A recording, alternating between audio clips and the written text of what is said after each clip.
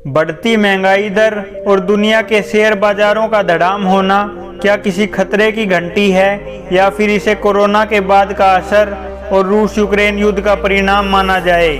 आर्थिक जानकारों के लिए यह भी तय कर पाना मुश्किल हो रहा है कि क्या सचमुच दुनिया फिर आर्थिक मंदी की तरफ जा रही है। पर चिंताजनक तथ्य यह है कि अमेरिका और भारत ही नहीं, तमाम देशों के शेयर बाजार पिछले 6 महीने से लुढ़कते नजर आ रहे हैं। हालत यह है कि भारतीय बाजार 20% तो अमेरिकी बाजार 20 से 30% गोता लगा चुके हैं। अमेरिका में 4 दशक बाद की सबसे चिंताजनक महंगाई ने पूरी दुनिया में उथल पुथल मचा रखी है।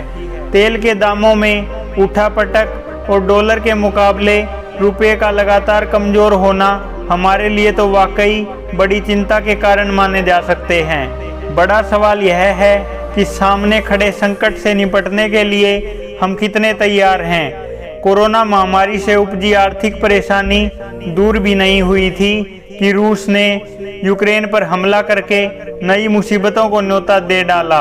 आज दुनिया भर में रोजगार के घटते अवसर बड़ी चुनौती के रूप में सामने आ रहे हैं। 1.5 दशक पहले दुनिया में छाई आर्थिक मंदी को लोग भूले नहीं हैं। अंतर्राष्ट्रीय एजेंसियां भले ही भारत की अर्थव्यवस्था तेजी से बढ़ने का अनुमान लगा रही हों, पर जमीन पर ऐसा होता अभी नजर नहीं आ रहा।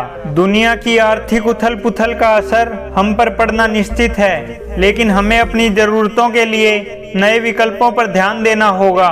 तेल और गैस के मामलों में अपने पैरों पर खड़े होने की तैयारी तेजी से करनी होगी। निजी क्षेत्र में रोजगार के अवसर बढ़ाने के साथ साथ स्टार्टअप जैसी योजनाओं को और व्यावहारिक बनाने पर ध्यान देना होगा। मेक इन इंडिया का नारा बनकर नहीं रह जाए, इसकी चिंता भी करनी होगी।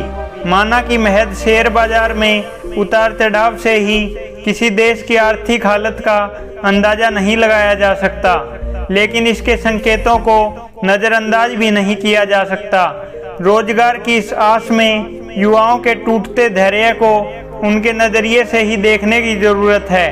तभी हम दुनिया के ताकतवर देशों की सूची में शामिल होने के अपने सपने को साकार कर पाएंगे। सरकार को भी सभी राजनीतिक दलों व औद्योगिक एवं व्यापारिक संगठनों का विश्वास भी जीतना होगा। योजना किसानों के लिए हो या युवाओं के लिए, सबको विश्वास में लेना जरूरी है।